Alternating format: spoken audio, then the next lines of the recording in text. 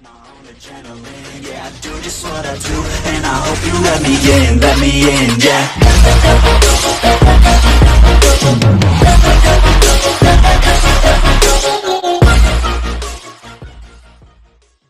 Assalamualaikum warahmatullahi wabarakatuh. Pada kesempatan kali ini saya Ahmad Zulfikar akan menjelaskan tentang materi arsitektur komputer pertemuan 6, yaitu input dan output. Yang pertama, saya akan menjelaskan tentang sistem komputer. Sistem operasi komputer dibagi menjadi 3 komponen utama, yaitu yang pertama ada CPU, yang kedua ada memori, yang terbagi jadi 2 yaitu primer dan sekunder. Kemudian ada peralatan masukan atau peralatan keluaran, yaitu I/O device seperti printer, monitor, keyboard, mouse, dan modem. Kemudian fungsi CPU. Fungsi dari CPU adalah melakukan beberapa bentuk pemrosesan data. CPU sendiri mendukung pemrosesan data dengan melakukan fungsi mengambil, mengkode, dan mengeksekusi pada instruksi yang diprogramkan. Kemudian ada modul I/O. Modul I/O merupakan peralatan antarmuka atau interface bagi sistem bus atau switch sentral dan mengontrol satu atau lebih perangkat peripheral. Kemudian modul I/O tidak hanya sekedar modul penghubung, tetapi sebuah piranti yang berisi logika dalam melakukan fungsi komunikasi antara peripheral dan bus komputer.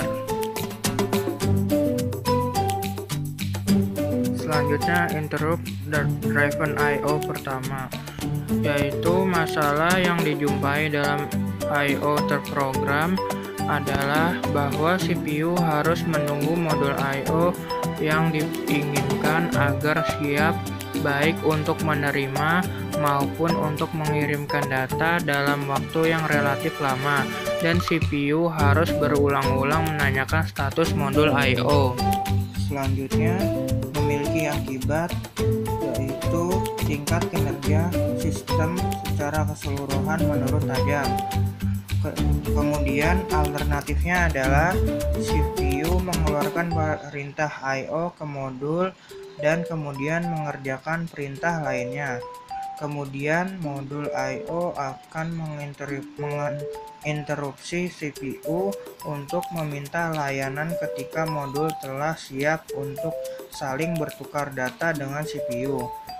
Setelah itu, CPU akan mengeksekusi pengiriman data seperti sebelumnya dan dilanjutkan dengan menyelesaikan proses sebelumnya. Kemudian interrupt. Ada beberapa teknik yang digunakan CPU dalam menangani program interupsi. Yang pertama ada multiple interrupt line, kedua software pool, ketiga daisy chain, keempat arbitrasi bus. Multiple interrupt line.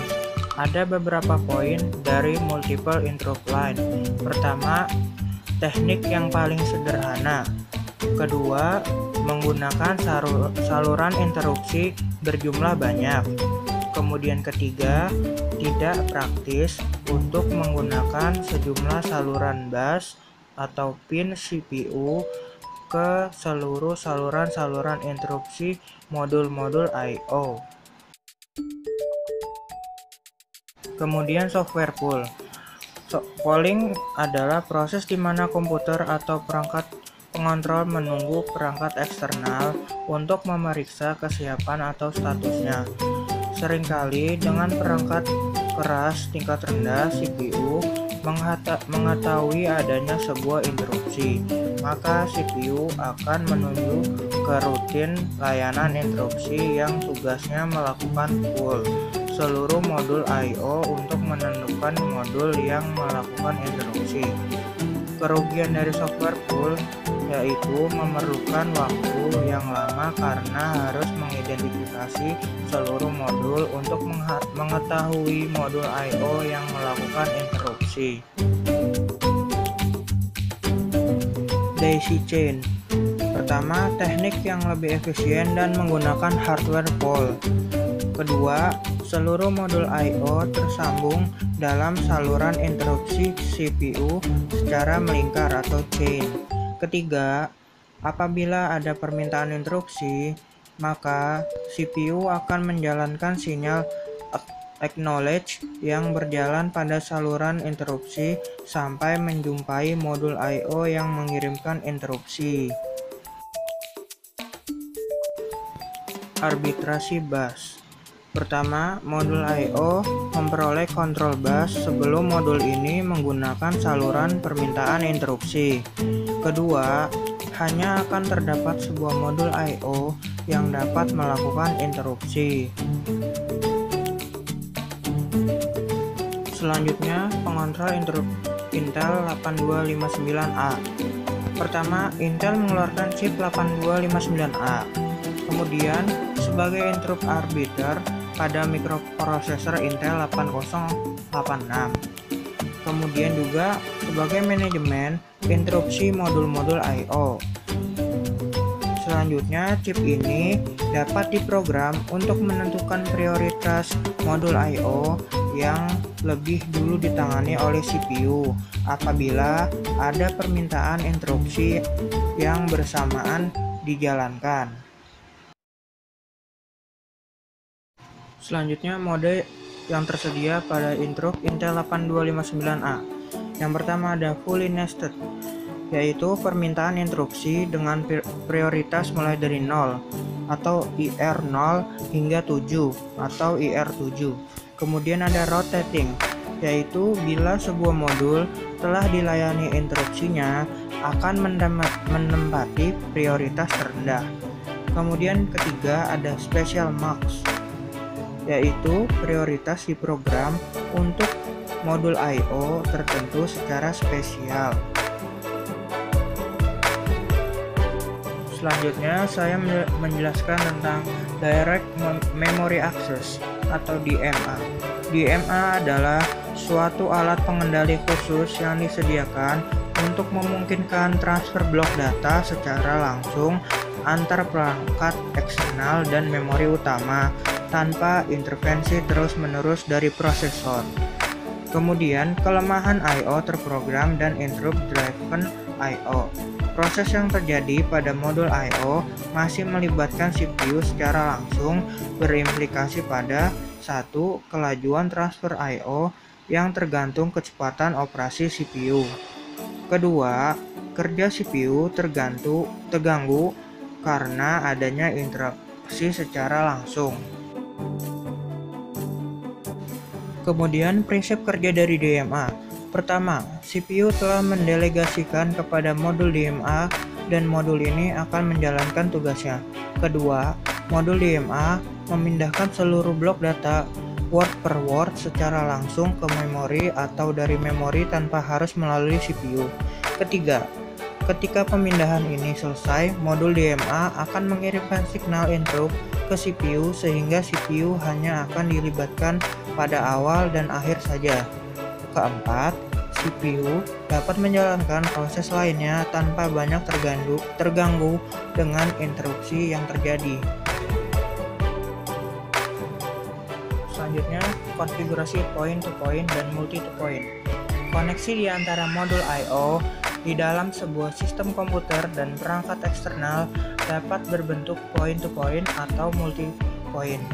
Yang pertama, point-to-point, yaitu memiliki saluran dedicated antara modul I/O dan perangkat eksternal, contohnya keyboard, printer, dan modem eksternal. Kemudian multi-point, yang yaitu digunakan untuk mendukung perangkat penyimpanan berukuran besar atau disk dan pita, serta multimedia, yaitu CD-ROM, video, audio. Selanjutnya, Small Computer System Interface atau SCSI. yaitu sebuah contoh interface yang baik untuk perangkat periferal eksternal. Dipopulerkan oleh Macintosh pada tahun 1984. SCSI ini merupakan interface standar untuk drive CD-ROM, peralatan audio, dan perangkat penyimpanan eksternal berukuran besar. Kemudian, klasifikasi tentang perangkat eksternal. Yang pertama, human readable, yaitu perangkat yang berhubungan dengan manusia sebagai pengguna komputer. Contohnya, monitor, keyboard, mouse, printer, joystick, dan disk drive. Yang kedua, machine readable, yaitu perangkat yang berhubungan dengan peralatan, biasanya berupa modul sensor dan transducer yang untuk monitoring dan kontrol suatu peralatan atau sistem. Yang ketiga, communication, yaitu perangkat yang berhubungan dengan komunikasi jarak jauh, contohnya NIC dan modem. Yang terakhir, klasifikasi berdasarkan arah data. Terbagi jadi 3, yaitu perangkat output, kedua perangkat input, ketiga kombinasi output input. Contoh perangkat output yaitu monitor, proyektor, dan printer. Contoh perangkat input yaitu keyboard, mouse, joystick, scanner, Mac reader, barcode reader. Sekian dari saya. Wassalamualaikum warahmatullahi wabarakatuh.